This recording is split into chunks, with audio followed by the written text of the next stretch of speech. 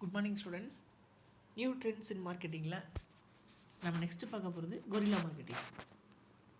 So gorilla marketing அப்படின்னா என்ன அப்படின்னு பாருங்கள். The concept of gorilla marketing was invented as an unconventional system of promotions that relies on time, energy and imagination rather than a big marketing budget. So marketing budget, அதாவது இந்த வரவு செலவு, இந்த பிளானில் மார்க்கெட் பண்ணுறதுக்கான அதிகளவு ஒரு ஃபினான்ஸை நம்ம ஒதுக்குவோம் இல்லையா. ஸோ அதற்கான நேரம், அந்த எனர்ஜி, அந்த ஆற்றல், அது மட்டும் இல்லாமல் அந்த கற்பனையின் மூலம் வழக்கத்துக்கு மாறாகவே நம்ம அந்த மெத்தடை மேனேஜ் பண்ணிவிட்டு அந்த கஸ்டமர்னுடைய கவனத்தை வந்து கவர் பண்ணி அந்த கூட்ஸ் அண்ட் சர்வீசஸை வந்து அது ரிலேட்டடான இன்ஃபர்மேஷனை வந்து சேல்ஸ் மூலமாக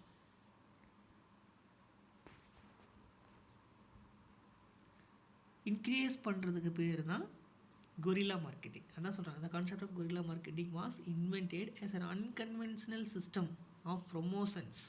அந்த விற்பனையினுடைய கவனத்தை வந்து விற்பனையை வந்து பெருக்க முறையை தான் என்ன சொல்கிறோம் அப்படி relies on time, energy and imagination rather than a big marketing budget. So அதை தான் வந்து கொரில்லா மார்க்கெட்டிங் அப்படின்னு சொல்லி சொல்கிறாங்க. Guerrilla marketing represents an advertisement strategy to promote products, services on streets or other public places with money like shopping malls, parks, beach, etc.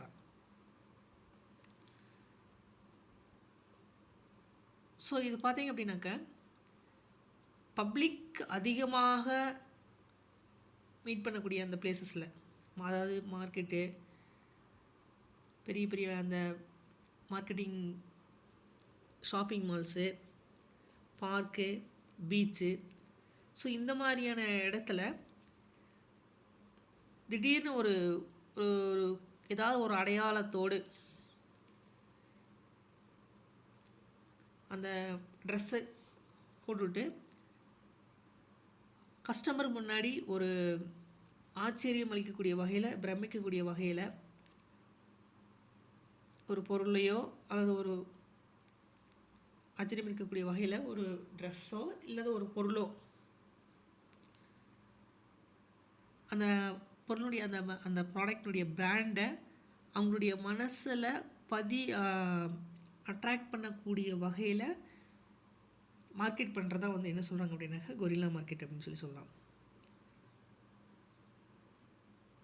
So இது for example சொல்லப்போனால் பெரிய பெரிய சிட்டிலலாம் பார்த்திங்க அப்படின்னாக்கா கன்சியூமரை வந்து அட்ராக்ட் பண்ணக்கூடிய வகையில் ஒரு பெரிய பலூனை வந்து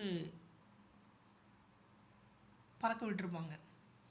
ஸோ அந்த பலூனில் பார்த்திங்க அப்படின்னாக்கா அந்த பிராண்டினுடைய நேம் பார்த்திங்க அப்படின்னாக்கா தெரிகிற மாதிரி அட்ராக்டிவாக வந்து வச்சுருப்பாங்க. அதாவது பொதுமக்கள் வந்து கூடக்கூடிய இடத்துல வச்சுருப்பாங்க. ஸோ இந்த மாதிரி பப்ளிக் மனசில் இடம் பெறதுக்காக ஏதாவது ஒரு வகையில் அட்ராக்ட் பண்ணக்கூடிய வகையில் புதுமையாக ஒரு மார்க்கெட்டிங் பண்ணுற நோக்கத்தோடு, விற்பனையை அதிகரிக்கணும் அப்படிங்கிற நோக்கத்தோடு இந்த மாதிரி ஏதாவது அட்ராக்டிவாக ஏதாவது ஒரு வகையில் புதுமையாக செஞ்சாங்க அப்படின்னாக்கா ஸோ அதை தான் வந்து கொரில்லா மார்க்கெட்டிங் அப்படின்னு சொல்லி சொல்கிறாங்க. பாருங்கள், consumers or customers are taken by surprise to make a big impression about the brand, which in turn creates buzz about the brand on search.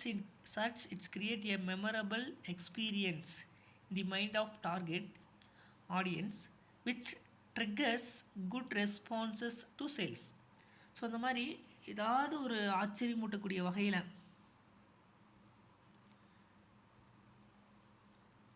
அந்த பிராண்டை வந்து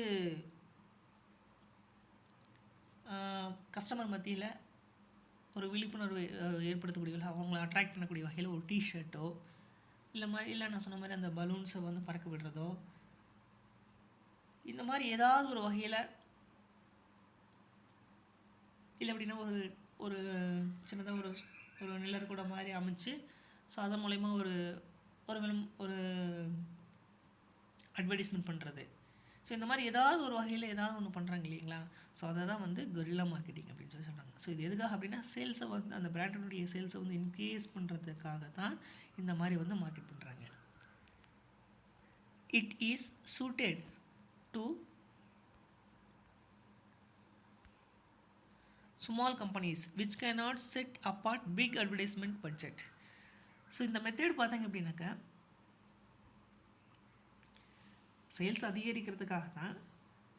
ஆனால் பெரிய அளவில் விளம்பரம் தர முடியாத அந்த சிறிய அளவு நிறுவனங்களுக்கு பார்த்திங்கன்னா இந்த மாதிரியான அட்வர்டைஸ்மெண்ட் பார்த்திங்க அப்படின்னாக்கா ரொம்ப ஏற்ற ஒரு விளம்பரமாக இருக்கும். ஸோ அந்த பெரிய பெரிய கம்பெனிஸ் பார்த்திங்கன்னா பெரிய லெவலில் வந்து அட்வர்டைஸ்மெண்ட் கொடுப்பாங்க. ஆனால் சிறு சிறு கம்பெனிஸ் பார்த்திங்க அப்படின்னாக்கா இந்த மாதிரி பெரிய லெவலில் நம்ம விளம்பரம் செய்ய முடியாதவங்க இந்த மாதிரி ஏதாவது ஒரு வகையில் அட்ராக்ட் பண்ணக்கூடிய வகையில் அட்வர்டைஸ்மெண்ட்டை வந்து கொடுப்பாங்க. ஸோ இதை தான் என்ன சொல்கிறோம் அப்படின்னாக்கா கொரில்லா மார்க்கெட்டிங் அப்படின்னு சொல்லி சொல்கிறோம். சரிங்களா? நெக்ஸ்ட்டு பாருங்கள், multi level marketing. So multi level marketing அப்படிங்கிறது என்ன அப்படின்னா, மல்டி லெவல்னு என்ன, அதாவது பல்நோக்கு அதான் மல்டி லெவல் மார்க்கெட்டிங் அப்படின்னு சொல்லி சொல்கிறோம். பாருங்கள், பல நோக்கத்துடன் கூடிய மார்க்கெட்டிங் தான் பலநோக்கு மல்டி லெவல் மார்க்கெட்டிங் சொல்கிறோம். Multi level marketing is the marketing strategy wherein the direct sales companies encourage its existing distributors to recruit new distributors to facilitate the sale of goods and services. So இந்த multi level marketing அப்படிங்கிறது பார்த்திங்க அப்படின்னா, இது பார்த்திங்க அப்படின்னா டைரெக்டாக ஒரு direct மார்க்கெட்டிங்கை பொறுத்தது தான் இந்த மல்டி லெவல் மார்க்கெட்டிங். அதான் டைரக்ட் சேல்ஸ் சொல்கிறாங்க. பாருங்கள், இந்த மெத்தடில் பார்த்திங்க அப்படின்னாக்க ஒரு ஹோல்சேலர் இருப்பாங்க இல்லைங்களா?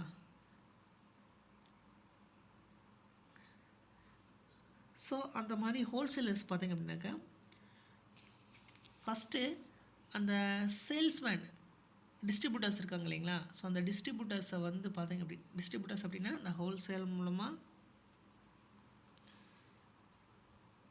சேல்ஸ் பண்ணுவாங்க இல்லைங்களா? ஸோ அவங்களுக்கு கீழே இருக்கக்கூடிய பல டிஸ்ட்ரிபியூட்டர்ஸ், அந்த ஹோல்சேலர் இருப்பாங்க, அது கீழே வந்து ரீட்டெயிலர்ஸ், அவங்க மாதிரி இருக்கக்கூடிய அந்த ரீட்டெயிலர்ஸ் மூலமாக அந்த டிஸ்ட்ரிபியூட்டர்ஸ் வந்து அப்பாயின்மெண்ட் பண்ணி இந்த மாதிரி ஒவ்வொரு டிஸ்ட்ரிபியூட்டர்ஸ்க்கும் அவங்களுக்கு கீழே வேலை செய்யக்கூடிய அந்த டிஸ்ட்ரிபியூட்டர்ஸை வந்து அப்பாயிண்ட் பண்ணி அவங்க மூலமாக வந்து சேல்ஸை வந்து இன்க்ரீஸ் பண்ணக்கூடிய ஒரு மெத்தேடு தான் வந்து இந்த மல்டி லெவல் மார்க்கெட்டிங் அப்படின்னு சொல்லி சொல்கிறது. The distributor is compensated not only for the sales generated by him but also gets a percentage on sales revenue of other distributor he recruits thus.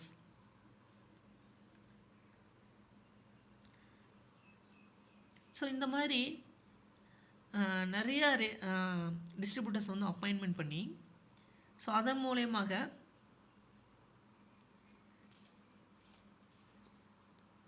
அவர் என்ன பண்ணுறாரு பாருங்கள்,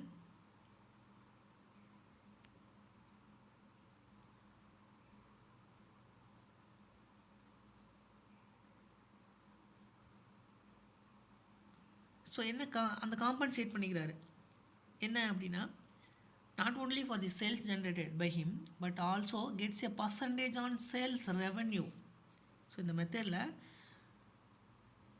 ஒவ்வொரு அந்த சேல்ஸ்மேன் அந்த டிஸ்ட்ரிபியூட்டர்ஸ் இருக்காங்க இல்லையா, அந்த ஒவ்வொரு டிஸ்ட்ரிபியூட்டர்ஸ்க்கும் அவங்க விற்கக்கூடிய அந்த கூட்ஸ் மூலமாக அவங்களுக்கு கீழே ஒவ்வொருத்தருக்கும் சேல்ஸ் பண்ண அதன் மூலமாக ஒரு சர்டன் அமௌண்ட் ஆஃப் பர்சன்டேஜ் வந்து வாங்கிக்கிறாங்க.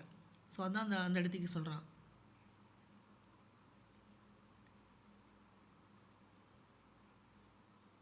அந்த சேல்ஸ்னுடைய ரெவன்யூவில் கிடைக்கக்கூடிய அந்த பர்சன்டேஜ் வந்து அந்த மேலே இருக்கக்கூடிய அந்த ஹோல்சேலர் இருப்பாங்க இல்லையா, ஸோ அவங்களுக்கு வந்து அந்த சர்டன் அமௌண்ட் ஆஃப் பர்சன்டேஜ் வந்து கிடைக்குது. ஸோ அந்த சேல்ஸ் பண்ணுறவங்களும் அதுக்கு உண்டான பர்சன்டேஜ் வந்து அந்த ஹோல்சேலர் வந்து கொடுக்குறாரு. தென்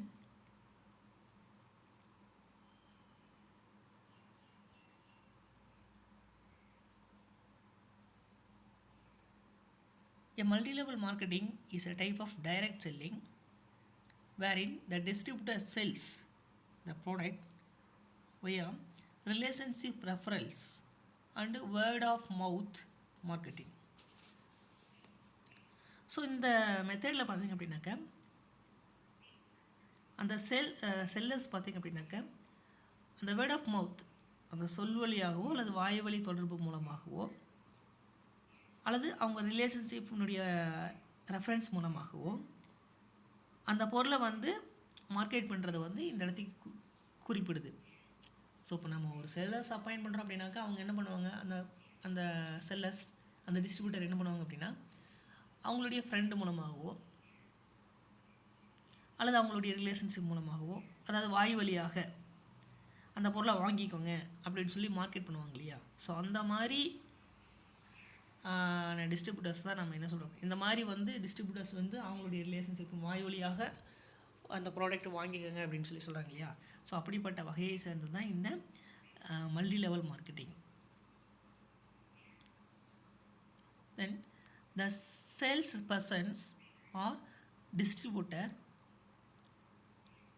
not only sell the products, விற்கிறது மட்டும் இல்லாமல் but also encourage others to join the company. So அவங்க வந்து மற்றவங்கள வந்து வாங்கிக்கோங்க அப்படின்னு மட்டும் சொல்கிறது இல்லாமல் மற்றவங்களையும் இந்த சேல்ஸோடு நீங்கள் இணைஞ்சிக்கோங்க, வாங்க நீங்களும் இந்த பண்ணுங்க அப்படின்னு சொல்லி அவங்களையும் வந்து இணைஞ்சிக்க வைக்கிறது, ஜாயின் தி கம்பெனி, அவங்களையும் வந்து ஜாயின் பண்ண சொல்லக்கூடிய அந்த மெத்தேடு தான் வந்து இந்த மல்டி லெவல் மார்க்கெட்டிங் அப்படின்னு சொல்லி சொல்கிறான். இது பார்த்தீங்க அப்படின்னாக்கா நீங்கள் ஒரு சின்ன எக்ஸாம்பிள் சொல்கிறேன். ஒரு ஏதாவது ஒரு மார்க்கெட் பண்ணுறாங்க அப்படின்னாக்கா அந்த கூட்ஸை வாங்குறதுக்காக ஃபஸ்ட்டு நீங்கள் ஒரு இனிஷியலாக ஒரு அந்த டிஸ்ட்ரிபியூட்டர் ஆகணும் அப்படின்னாக்கா நீங்கள் ஃபஸ்ட்டு அந்த பொருளை வாங்கிக்கோங்க, வாங்கிட்டு நீங்களே இதில் வந்து ஜாயின் பண்ணிக்கோங்க. ஜாயின் பண்ணிட்டு நீங்கள் ஒரு 2 பேர்த்த வந்து நீங்கள் அட்ராக்ட் பண்ணி அந்த பொருளை வாங்க வைங்க அப்படின்னு சொல்லுவாங்க. ஒரு சில மார்க்கெட்டிங்லாம் நீங்களே பார்த்துருப்பீங்க. ஸோ அந்த மாதிரி நீங்கள் வாங்குறது மட்டும் இல்லாமல் நீங்களும் அந்த பிஸ்னஸை வந்து கண்டினியூ பண்ணுங்க அப்படின்னு சொல்கிறாங்க இல்லையா. ஸோ அந்த மாதிரி ஜாயின் பண்ணிக்கிறவங்க இல்லையா, அவங்கள தான் நம்ம டிஸ்ட்ரிபியூட்டர்னு சொல்கிறோம். நீங்கள் 2 பேர் ஜாயின் பண்ணோம், நீங்கள் என்ன சொல்லுவீங்க, 2 பொருளை கூட்ஸை வாங்கிட்டு நீங்களும் இதில் வந்து ஜாயின் பண்ணிக்கோங்க, இதில் வந்து நீங்கள் ஜாயின் பண்ணதுக்கப்புறம் நீங்கள் கமிஷன் வாங்கிக்கோங்க அப்படின்னு சொல்லுவாங்க. ஸோ இப்படிப்பட்ட அந்த மெத்தேடு தான் வந்து இந்த மல்டி லெவல் மார்க்கெட்டிங் அப்படின்னு சொல்கிறோம். The recruits are called as a participants downline or distributors downline. Example, Tupperware and Amway are the direct sales companies that use the multi-level marketing. இதெல்லாம் நீங்கள் ஆம்வேலாம் கேள்விப்பட்டிருப்பீங்கன்னு நினைக்கிறேன். ஸோ இவங்க இந்த மாதிரியான மார்க்கெட்டில் பார்த்தீங்கன்னா இந்த டப்பர்வேர் அண்ட் ஆம்வேலாம் பார்த்தீங்க அப்படின்னா இந்த மாதிரியான கம்பெனிஸில் இந்த மாதிரியான சேல்ஸ் தான் வந்து போயிட்டுருக்கு. சரிங்களா. தி multi level marketing is also called as a network marketing, referral marketing R pyramid selling. So இந்த மெத்தேடு தான் என்ன சொல்கிறோம் அப்படின்னா நெட்வொர்க் மார்க்கெட்டிங், ரெஃபரல்னு என்ன, நம்ம இன்னொருத்தரை வந்து பரிந்துரைக்கிறது. ஸோ இந்த மாதிரியும் வந்து ஆர் பிரமிட் மார்க்கெட்டிங் அப்படின்னு சொல்லியும் இந்த மல்டி லெவல் மார்க்கெட்டிங் வந்து சொல்லலாம். சரிங்களா. ஸோ இந்த மல்டி லெவல் மார்க்கெட்டிங் வந்து ரெஃபரல் மார்க்கெட்டிங் அப்படின்னு சொல்லி சொல்லலாம், நெட்வொர்க் மார்க்கெட்டிங் அப்படின்னு சொல்லி சொல்லலாம், ஆர் பிரமிட் மார்க்கெட்டிங் அப்படின்னு சொல்லியும் சொல்லலாம். For instance, A sells to B a product. So A அப்படிங்கிற பிக்கு வந்து சேல்ஸ் பண்ணுறாரு. In the sales A gets commission on sale to B, who in turn sells to C, D and E. So இதில் B என்பவர் பார்த்தீங்க அப்படின்னா சிக்கு வந்து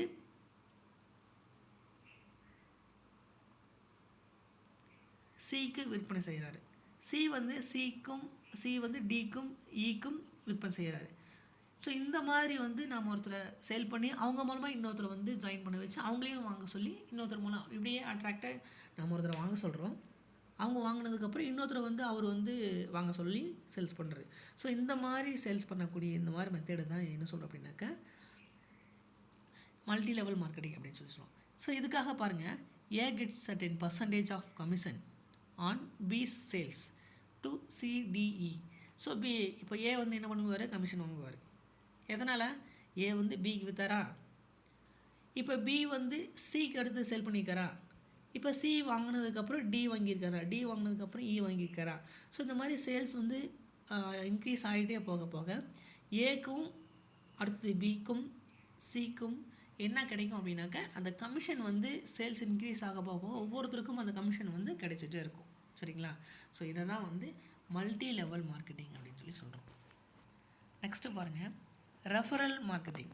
ஸோ ரெஃபரல்னால் என்ன சொன்னால், பரிந்துரைக்கக்கூடியது, இன்னும் நீங்கள் அதை வாங்கிக்கோங்க அப்படின்னு சொல்லுவாங்க இல்லையா. ஸோ அந்த மாதிரி ரெஃபரன்ஸ் பண்ணக்கூடியது அந்த ரெஃபரல் மார்க்கெட்டிங் அப்படின்னு சொல்லி சொல்கிறோம். Referral marketing is the method of promoting products or services to new customers through referrals. So இந்த வழக்கமாக அந்த பொருளை பற்றி விளம்பரமே செய்யாமல், அட்வர்டைஸ்மெண்ட்டே கொடுக்காம ஒரு நிறுவனத்திற்குரிய அந்த ஏற்கனவே உள்ள அந்த கஸ்டமர் மூலமாக அவங்களுடைய கூட்ஸினுடைய தன்மையும் அதனுடைய சிறப்பையும் மற்றவங்களுக்கு வந்து பரிந்துரை செஞ்சு இதை நீங்கள் வாங்கிக்கோங்க அப்படின்னு சொல்லி தூண்டி அந்த ஸ்டிமுலேட் பண்ணி அதன் மூலமாக விற்பனையை வந்து அதிகரிக்கக்கூடியது தான் என்ன சொல்கிறோம் அப்படின்னாக்க ரெஃபரல் மார்க்கெட்டிங் அப்படின்னு சொல்லி சொல்கிறோம். பாருங்கள், referral marketing is refer to spreading the word about the product or service through existing customers of business enterprises rather than through traditional advertising. விளம்பரமே பண்ணாமல் அந்த ஆல்ரெடி அது இருக்கக்கூடிய கஸ்டமர்ஸை அந்த ப்ராடக்டினுடைய தன்மையை பற்றி எடுத்து சொல்லி அதன் மூலமாக சேல்ஸை வந்து இன்க்ரீஸ் பண்ணுறது. ஸோ அதுதான் வந்து நம்ம ரெஃபரல் மார்க்கெட்டிங் அப்படின்னு சொல்லி சொன்னோம். Word of mouth marketing which occurs when tell each other about a business is also considered to be a form of referral marketing. So இதில் அந்த ஒரு பொருளோ அல்லது கூட்ஸ் அண்ட் சர்வீசஸ் பற்றி ஒருத்தருக்கு வந்து ரெஃபரல் பண்ணுறதுனால இந்த மாதிரியே அந்த மார்க்கெட் வந்து சேல்ஸ் இன்க்ரீஸ் பண்ணுறதுனால என்ன சொல்கிறோம், இதுதான் என்ன சொல்கிறோம் அப்படின்னாக்க ரெஃபரல் மார்க்கெட்டிங் அப்படின்னு சொல்லி சொல்கிறோம். சரிங்களா? Next content marketing. So content marketing அப்படின்னா என்ன சொல்கிறோம் அப்படின்னாக்க, கண்டென்ட் என்ன, உள்ளடக்கம் அப்படிங்கிறத நம்ம கண்டென்ட் சொல்கிறோம். ஸோ உள்ளடக்க சந்தை அப்படின்னா என்னென்னு பாருங்கள். Content marketing is said to be the art of communicating with customers and prospects without selling. So இந்த மெத்தடில் பார்த்திங்க அப்படின்னா அந்த கூட்ஸ் அண்ட் சர்வீசஸை வந்து அந்த சேல்ஸே செய்யாமல் அதனை பற்றி அந்த நியூஸை, அந்த இன்ஃபர்மேஷனை கஸ்டமருக்கு வந்து தெரிவிக்கக்கூடிய ஒரு கலை, அதை தான் வந்து கண்டென்ட் மார்க்கெட்டிங் அப்படின்னு சொல்கிறோம். அதான் சொல்கிறேன் பாருங்கள், content marketing is said to be the art of communicating with customers and prospect without selling. விற்கவே இல்லை, விற்பனையே செய்யாமல் அந்த பொருளை பற்றிய அந்த இன்ஃபர்மேஷனை கஸ்டமருக்கு வந்து தெரிவிக்கக்கூடிய ஒரு கலை தான் என்ன சொல்கிறோம் அப்படின்னாக்கா கண்டென்ட் மார்க்கெட்டிங். அவ்வளோதான், அதான் விஷயங்க. The content marketing institute calls it interruption marketing. So இந்த மாதிரி அந்த கூட்ஸ் அண்ட் சர்வீசஸ் பற்றி அந்த இன்ஃபர்மேஷனை வந்து அளிக்கக்கூடிய அந்த தகவல்கள், அந்த இன்ஃபர்மேஷனை அந்த கம்பெனிக்கு எந்த ஒரு குறுக்கீடுமே இல்லாமல், ஸோ அதுதான் இன்டரப்ஷன் அப்படின்னு சொல்லி சொல்கிறாங்க. Under this concept products or services are presented impressively to target market which respond to the content delivered in the form of goods sales response and a greater loyalty. So அந்த goods and services பற்றி அந்த ஆர்வத்தை வந்து தூண்டக்கூடிய வகையில் அந்த goods மேலே இருக்கக்கூடிய அந்த விசுவாசத்தை வந்து அந்த பொருள் மீது இருக்கக்கூடிய அந்த விசுவாசத்தை வந்து அதிகரிக்கக்கூடிய வகையில் கஸ்டமர்கிட்ட அந்த அச்சீவ்மெண்ட் அந்த எய்ம் அடையணும் அப்படின்னாக்க, ஸோ அந்த கஸ்டமர்கிட்ட அந்த கூட்ஸை பற்றிய இன்ஃபர்மேஷனை வந்து எடுத்து சொல்லி அந்த கண்டென்ட்டில் இதெல்லாம் இருக்குது, நீங்கள் இந்த ப்ராடக்ட்டை வந்து பயன்படுத்தினீங்க அப்படின்னா இவ்வளோ பெனிஃபிட்ஸ் எல்லாம் இருக்குது அப்படின்னு சொல்லி நிறைய விஷயத்த வந்து ஏற்படுத்தி அவங்களும் அந்த ரெஸ்பான்சஸை வாங்கி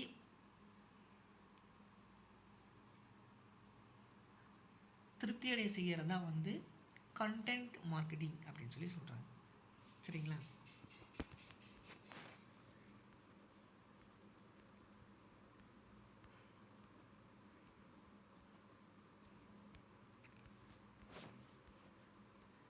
நெக்ஸ்ட் 1 மார்க் பாருங்கள். Choose the correct answers. Selling goods and services through internet is. So அது என்ன சொல்கிறோம்? Option A, selling goods and service through internet மூலமாக விற்பனை பண்ணக்கூடிய இது என்ன அப்படின்னு கேட்குறாங்க. க்ரீன் மார்க்கெட்டிங்கா, இ பிஸ்னஸா,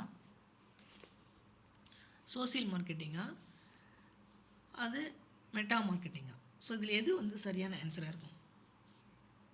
இன்டர்நெட் மூலமாக பண்ணக்கூடிய இதுங்க இ பிஸ்னஸ் தான் சரியான ஆன்சர். இரண்டாவது, which is gateway to internet.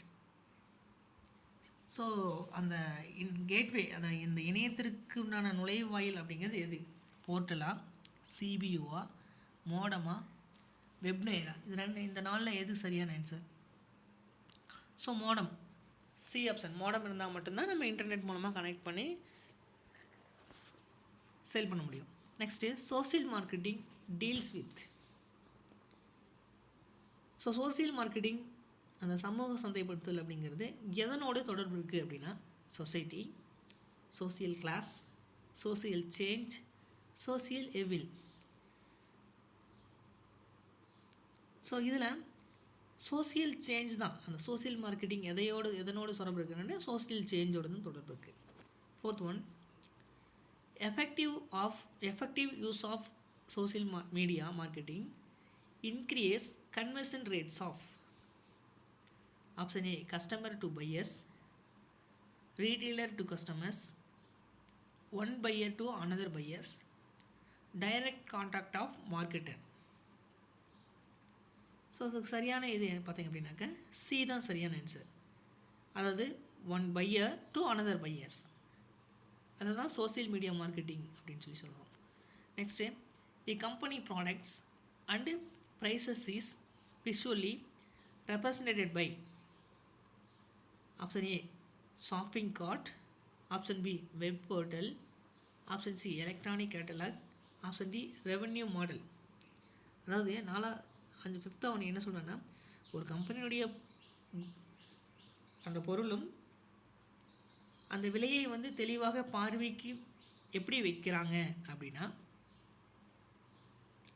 So அந்த ஷாப்பிங் கார்ட்டில் தான் அந்த கூட்ஸை பற்றின இன்ஃபர்மேஷன், அந்த ப்ரைஸு எல்லாமே இருக்கும். அப்போ ஆப்ஷன் ஏ தான் சரியான answer. Next, pure play retailers are called.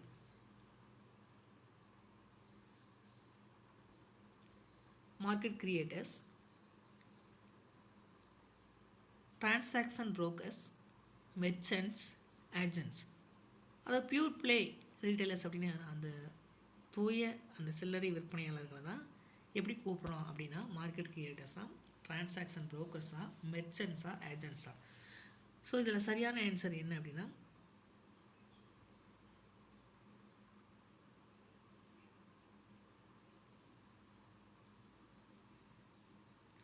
அவங்க என்ன பண்ணாங்கன்னா அந்த பியூர் பிளே ரீட்டைலர்ஸ் அப்படிங்கிறவங்க அந்த மார்க்கெட் கிரியேட்டர்ஸாக இருக்காங்க, அந்த சந்தையை வந்து உருவாக்கக்கூடிய நபர்களாக இருக்கிறாங்க. அப்போ ஆப்ஷன் ஏ தான் சரியான ஆன்சர்.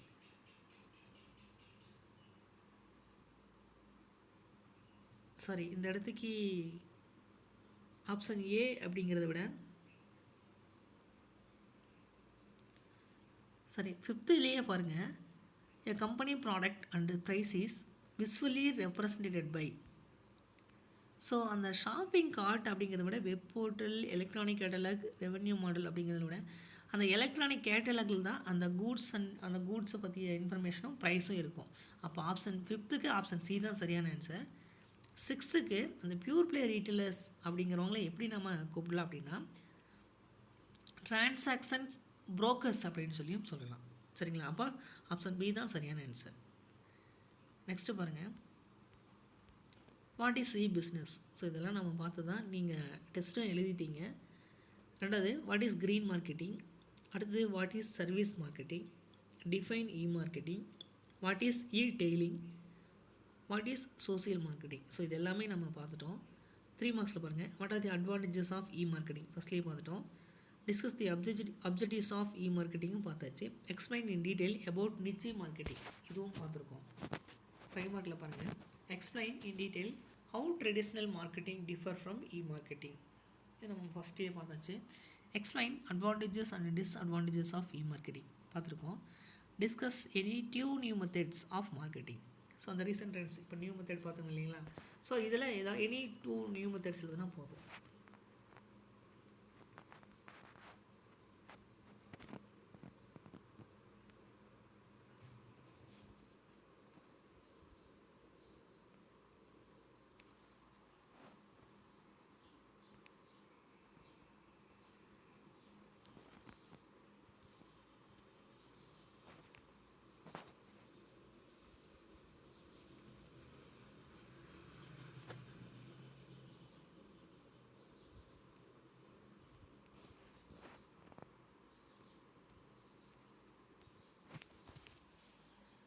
நெக்ஸ்ட்டு பாருங்கள், consumer protection. So consumer protection அப்படின்னு என்ன சொல்லுவோம், நுகர்வோருக்கு பாதுகாப்பு, அது கன்சியூமர் ப்ரொடெக்ஷன் அப்படின்னு சொல்கிறோம். ஸோ இந்த சாப்டரில் ஃபஸ்ட்டு என்ன கன்சியூமர் ப்ரொடெக்ஷனில் ஃபஸ்ட்டு நம்ம என்ன பார்க்க போகிறோம் அப்படின்னாக்க கன்சியூமரிசம். ஸோ கன்சியூமரிசம் அப்படின்னு என்ன அப்படின்னாக்க நுகர்வோரியல் அப்படிங்கிறது கன்சியூமரிசம் அப்படின்னு சொல்கிறாங்க.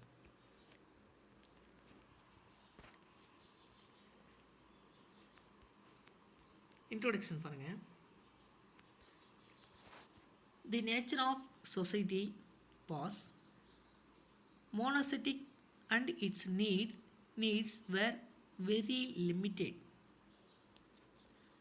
மோனோசெட்டிக் அதாவது இந்த தொழில் புரட்சிக்கு முன்னாடி இருந்த காலங்கள்லாம் பார்த்தீங்க அப்படின்னாக்கா சொசைட்டியில் இருக்கக்கூடிய அந்த பீப்புள்ஸுடைய அவங்களுடைய லைஃப்பில் இருந்த அந்த வெளித்தொடர்பு இல்லாத காரணமாக பார்த்திங்க அப்படின்னா அவங்களுடைய தேவை வந்து பார்த்திங்க அப்படின்னாக்கா ரொம்ப குறைவாக தான் இருந்துச்சு. Needs were very limited. So அப்போல்லாம் அந்த தொழில் புரட்சி இல்லை, அவங்களுடைய பழக்க வழக்கங்கள் வெளியில் அந்த அளவுக்கு இல்லாதனால ஸோ அவங்களுடைய தேவை அப்படிங்கிறது ரொம்ப குறைவாக தான் இருந்துச்சு. Before industrial evolution most of the people lived in rural areas and the farmer produced the substantial portion of the goods consumed by them. So பெரும்பாலும் பார்த்தீங்க அப்படின்னாக்க அந்த மக்கள் கிராமப்புறத்துலேயே தான் ஃபஸ்ட்டு ஸ்டே பண்ணிட்டு வந்தாங்க. அவங்களுக்கு தேவையான அந்த பொருளை வந்து போதுமான அளவில் விவசாயிகளே பார்த்திங்க அப்படின்னா உற்பத்தி செஞ்சு அவங்களுக்கு கொடுத்துட்டு வந்தாங்க. Business were small and manufacturers produced only those items which could not be produced in agriculture. So அந்த காலகட்டத்தில் பார்த்திங்க அப்படின்னாக்கா பிஸ்னஸும் பார்த்திங்க அப்படின்னா ரொம்ப சிம்பிளாக தான் வந்து நடந்துகிட்டு இருந்துச்சு. இந்த அக்ரிகல்ச்சரில் இந்த விவசாயத்தில் உற்பத்தி செய்ய முடியாத அந்த பொருளை மட்டுமே தான் பார்த்திங்க அப்படின்னாக்கா அந்த கம்பெனிஸ் பார்த்திங்க அப்படின்னாக்க உற்பத்தி பண்ணிட்டு வந்தாங்க. தென் as the nation became industrialized and the society becoming pluralistic, then raw materials changed their characters through advanced technology. So என்றைக்கு வந்து இண்டஸ்ட்ரியலைசேஷன் பண்ணாங்களோ, தொழில்மயமாக்கப்பட்டதோ, அதிலிருந்து பார்த்திங்க அப்படின்னாக்கா அந்த சொசைட்டியில் நியூ டெக்னாலஜி மூலமாக பார்த்திங்க அப்படின்னா அந்த ரா மெட்டீரியல்ஸ் இது எல்லாமே பார்த்திங்க அப்படின்னாக்கா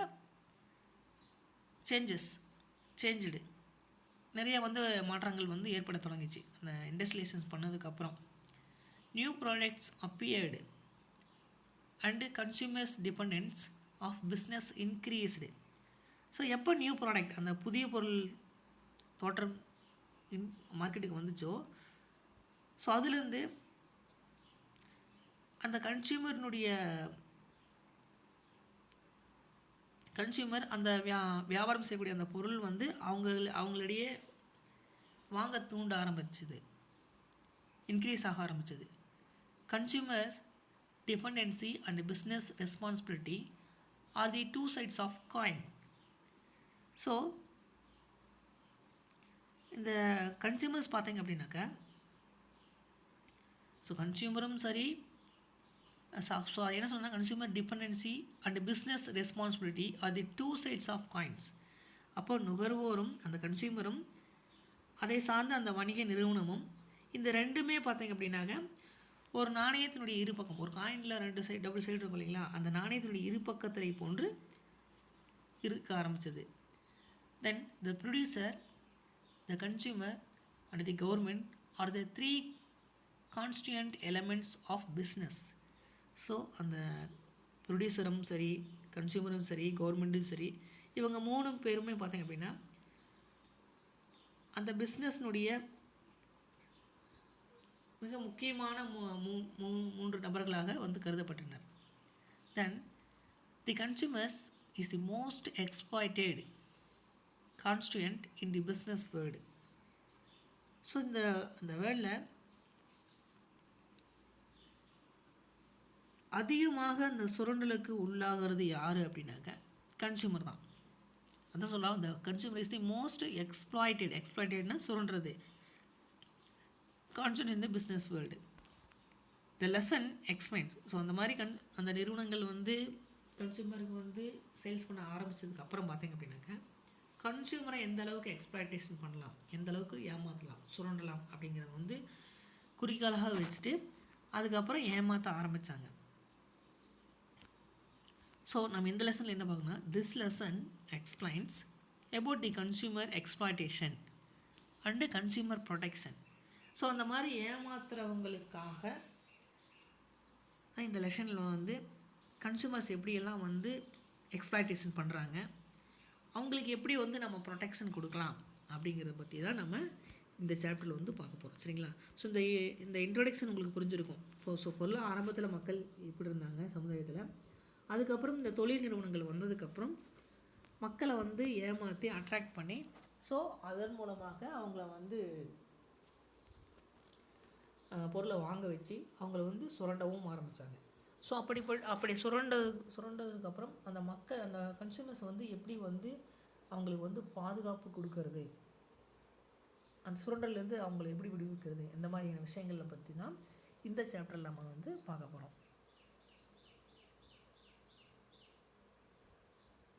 நெக்ஸ்ட் பாருங்கள்,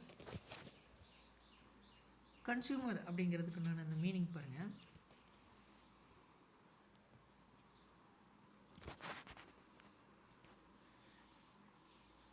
ஸோ கன்சியூமர் அப்படிங்கிறவங்க யார்? அந்த பொருளை வாங்கி பயன்படுத்தக்கூடியவர். ஸோ நுகர்வோர் அப்படின்னு சொல்லலாம். A consumer is one who consumes goods manufactured and sold by others or created air, water, natural resources by nature and sold by others. So consumer அப்படிங்கிறவங்க யார் அப்படின்னா, அந்த மேனுஃபேக்சர்கிட்டேருந்து, அந்த உற்பத்தியாளர்களிடமிருந்து அல்லது சோல்டு பை அதர்ஸ், அந்த விற்பனையாளர்களிடமிருந்தோ பொருளை வாங்கி,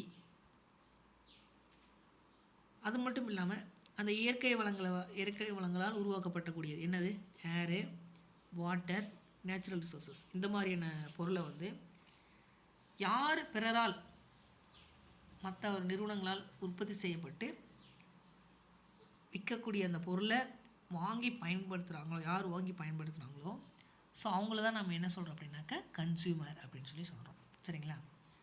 அடுத்தது one who avails services such as banking, transport, insurance extra is also called A consumer. So அது மட்டும் இல்லாமல் அந்த சர்வீஸ் ரிலேட்டடாக இருக்கக்கூடியது எதை, பேங்கிங், டிரான்ஸ்போர்ட், இன்சூரன்ஸ். ஸோ இதையும் என்ன சொல்கிறோம் அப்படின்னாக்கா, இதுவும் வந்து அந்த பயன்படுத்தினாலும் அதையும் வந்து நம்ம என்ன சொல்கிறோம் அப்படின்னாக்கா கன்சியூமர் அப்படின்னு சொல்லி தான் சொல்லுவோம். சரிங்களா? ஸோ ஒரு பொருளை வாங்கி பயன்படுத்துறது மட்டும் இல்லை, சரிங்களா, அந்த வங்கிகளும் அந்த டிரான்ஸ்போர்ட்டும் இன்சூரன்ஸ் கம்பெனியும் அவங்க கொடுக்கக்கூடிய சர்வீசஸும் நம்ம பயன்படுத்தணும் அப்படின்னாக்கா அதையும் வந்து நம்ம என்ன சொல்லணும் அப்படின்னாக்கா கன்சியூமர் அப்படின்னு சொல்லி தான் நம்ம சொல்லுவோம். அதை நாம் வாங்கி அதை நம்ம அதனால் பெனிஃபிட் அடைகிறோம் இல்லைங்களா? ஸோ அதையும் நம்ம என்ன சொல்லுவோம் அப்படின்னா பொருளாக வாங்குறதில்ல. ஸோ அதனால் ஒரு சில சேவைகளை வந்து நம்ம பெறதுனால அதை பயன்பாட்டில் இருக்கக்கூடியவங்களும் நம்ம கன்சியூமர் அப்படின்னு சொல்லி சொல்லலாம். In other words, a consumer is an individual who consumes goods manufactured by firms or created by nature, air, water, etc. and services offered by government or firms, hospitals, educational institutions, etc. So வேறு வகையில் வேறு வார்த்தையில் சொல்லப்போனால் ஏரு, water, land, so இதனால் அந்த தோற்றுவிக்கப்பட்ட அந்த நிறுவனங்களால் உற்பத்தி செய்யக்கூடிய பொருளை வாங்குறவங்க, அது மட்டும் இல்லாமல் கவர்மெண்ட்டாக இருந்தாலும் சரி, வேறு நிறுவனங்களாக இருந்தாலும் சரி, ஹாஸ்பிட்டல்ஸ், எஜுகேஷ்னல் இன்ஸ்டிடியூஷன்ஸ், ஸோ அவங்க கொடுக்கக்கூடிய அந்த சேவைகளை வந்து பயன்படுத்தவங்களும் என்ன சொல்லணும் அப்படின்னாக்கா பயன்படுத்தக்கூடிய அந்த தனிநபர்களும் அவங்களையும் என்ன சொல்லலாம் அப்படின்னாக்கா கஸ்டமர்ஸ், கன்சியூமர்ஸ் அப்படின்னு சொல்லி தான் சொல்கிறோம். சரிங்களா? ஸோ எப்படி நம்ம பேங்கிங், டிரான்ஸ்போர்ட், இன்சூரன்ஸு வந்து பயன்படுத்தினாலும் நம்ம கன்சியூமர் அப்படின்னு சொல்லி சொல்கிறோமோ, அதே மாதிரி சர்வீசஸ் கொடுக்கக்கூடிய government R private companies, hospitals, educational institutions இதன் மூலமாக பெனிஃபிட் அடைகிறாங்க இல்லைங்களா? ஸோ அதனால் பெனிஃபிட் அடையவங்களும் என்ன சொல்கிறோம் அப்படின்னாக்கா கன்சியூமர்ஸ் அப்படின்னு சொல்லி சொல்லலாம். சரிங்களா? நெக்ஸ்ட்டு பாருங்கள், meaning of consumer under the Indian Consumer Protection Act 1986.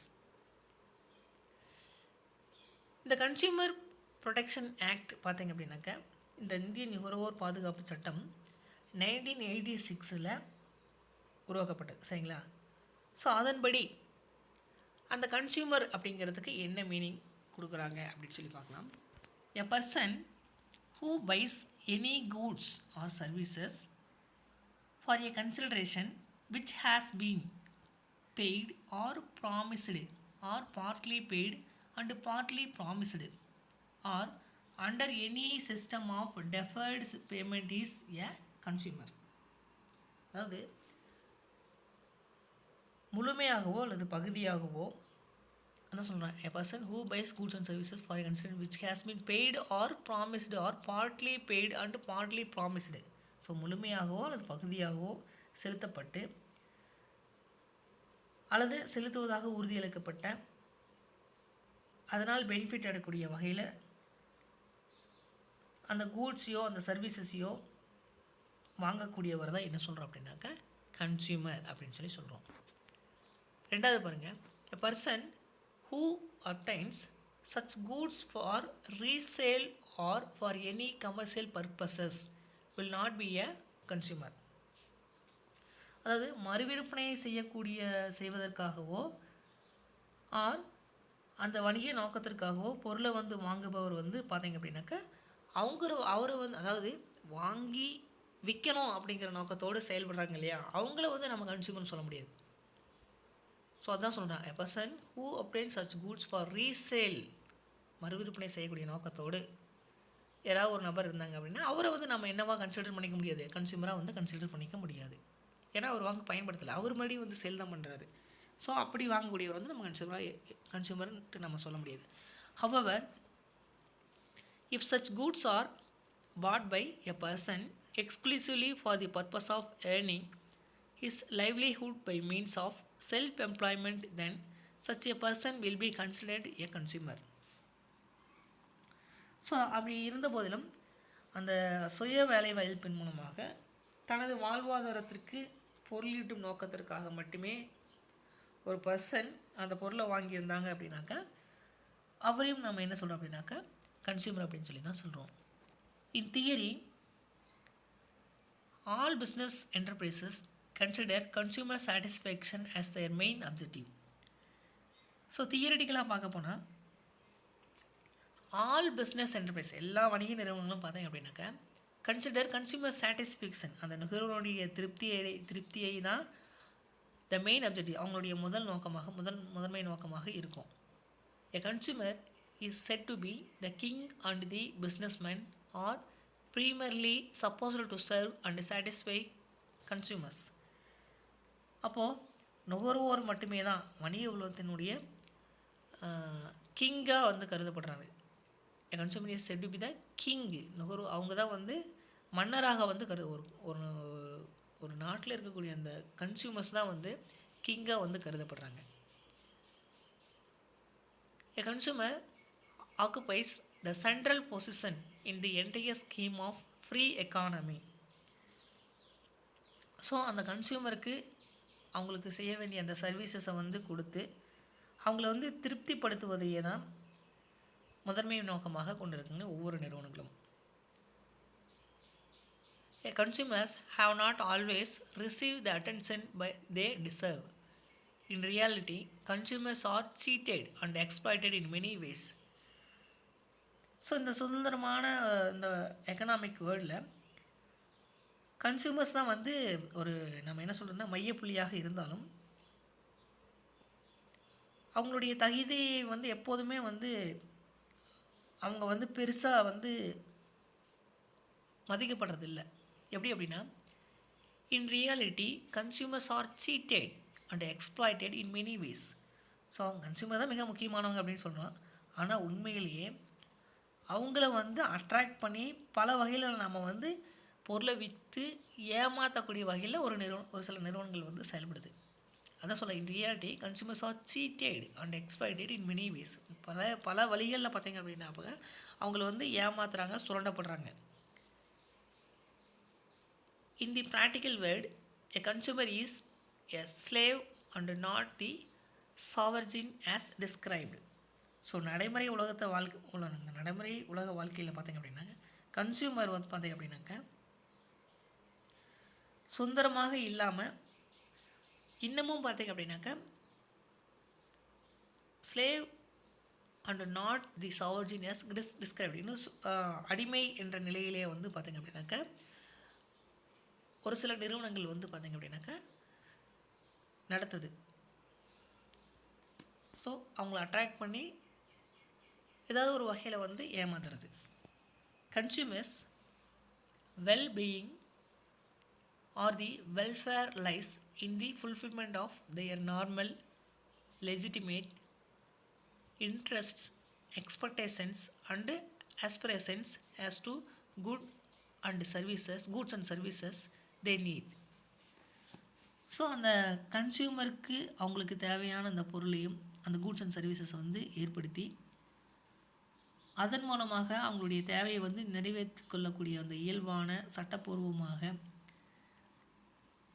இருக்குது. அந்த அவங்க interest expectations and aspirations as to goods and services they NEET.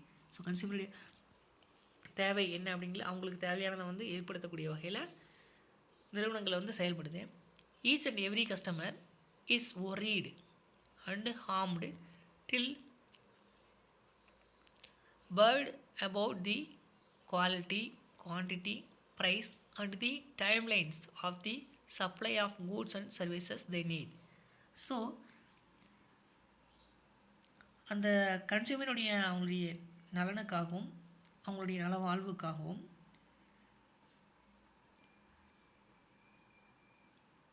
ஒவ்வொரு கன்சியூமருக்கும் அவங்களுக்கு தேவையான கூட்ஸ் அண்ட் சர்வீசஸும் பார்த்தீங்க அப்படின்னாக்கா குவாலிட்டியாகவும் குவான்டிட்டியாகவும் ப்ரைஸும் பார்த்தீங்கன்னா அந்த தரம், அளவு, விலை இது எல்லாமே பார்த்தீங்க அப்படின்னாக்கா சரியான முறையில் உண்மையான தகவல்களை வந்து கொடுத்து அவங்க சரியான அந்த அறிய முடியாத அந்த கவலை, சரியான விலையும் அந்த குவாலிட்டியும் இதெல்லாமே தெரிஞ்சுக்காமல் நிறைய வழியில் அவங்க மண்ணோடு மண்ணாக போகிற வரைக்கும் நிறைய விஷயங்களில் ஒரு சில நிறுவனங்கள் வந்து ஏமாற்றிட்டு கண்டினியூஸாக ஏமாற்றிட்டு தான் வராங்க. ஸோ இந்த மாதிரி தான் பார்த்தீங்க அப்படின்னாக்கா அவங்க கூட்ஸ் அண்ட் சர்வீசஸ் இன்னுமே ஒரு சில நிறுவனங்கள் அப்படி தான் செயல்படுத்திட்டு வந்துட்டுருக்காங்க. ஸோ இப்படிப்பட்ட சுச்சுவேஷனில் அந்த கன்சியூமர்ஸை நம்ம எப்படி வந்து பாதுகாக்கலாம், அப்படி நுகர்வோர் வந்து சுரண்டப்படுவதை எப்படி தடுக்கலாம், இதை பற்றி தான் நம்ம என்ன பண்ண போகிறோம் அப்படின்னாக்கா இந்த சாப்டரில் நம்ம வந்து டிஸ்கஸ் பண்ண போகிறோம். சரிங்களா?